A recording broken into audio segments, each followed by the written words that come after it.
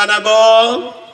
আল্লাহওয়ালাদের সাথে বানাবো, যারা আল্লাহর কাজ বেশি করে, সালাত আদায় করে, দিনের পথে চলে, 10টা মানুষকে জাহান্নাম থেকে বাঁচানোর ফিকির করে, জান্নাতের রাস্তা দেখায়, নীতি নৈতিকতা নিয়ে চলে, আদর্শ নিয়ে চলে। এদের সাথে থাকবো তো ইনশাআল্লাহ? না বিভিন্ন চাপে দল বদলাবো? দেখেছি বিগত দিনে করতেন সারা জীবন বিএনপি, ফুলের তুলা, ফুলের মালা গলায় নিয়ে আওয়ামী লীগে যোগ দিয়েছেন আমাদের উমর ফারুক চৌধুরীর কাছে। এমনও লোক দেখেছি, দেখি না ভাই? দেখেছি। আমরা তো এই সমাজেই থাকি নাকি?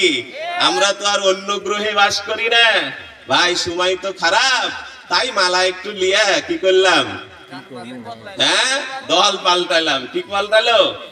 এবার দেখছি যারা বিগত দিনে দল পাল্টাইছিল ওরাই আবার দেখছি এখন ওরাই বিভিন্ন জায়গায় বিভিন্ন সমাবেশে ওরাই আগে। খেয়াল করতে হবে। আমি কিন্তু কোরআন থেকে আলোচনা করব। এই ধরনের মুনাফিককে চিনে রাখতে হবে, যারা বিগত 16.5 বছর পোল্টি খেয়ে ওই দলের সুবিধা নিয়েছে, আবার এখন আল্লাহ সুদিন দিয়েছে, এখন মতামত চেঞ্জ করে তারা আবার কি নেতৃত্ব দেওয়ার জন্য আসার চেষ্টা করছে।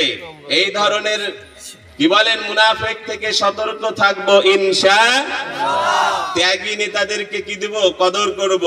যারা বিগত দিনে হামলা মামলা মোকদ্দমা, যারা তারপরেও রাজপথ ছাড়েনি, মানুষের উপকার করা ছাড়ে নাই, মানুষের সহযোগিতা ছাড়ে নাই, দিনী কাজে তদারকি করা ছাড়ে নাই, আল্লাহর জমিনে আল্লাহর দিন প্রতিষ্ঠিত হোক একটুকু পিছপাও হয় নাই, এদের সাথে থাকবো তো ইনশাআল্লাহ।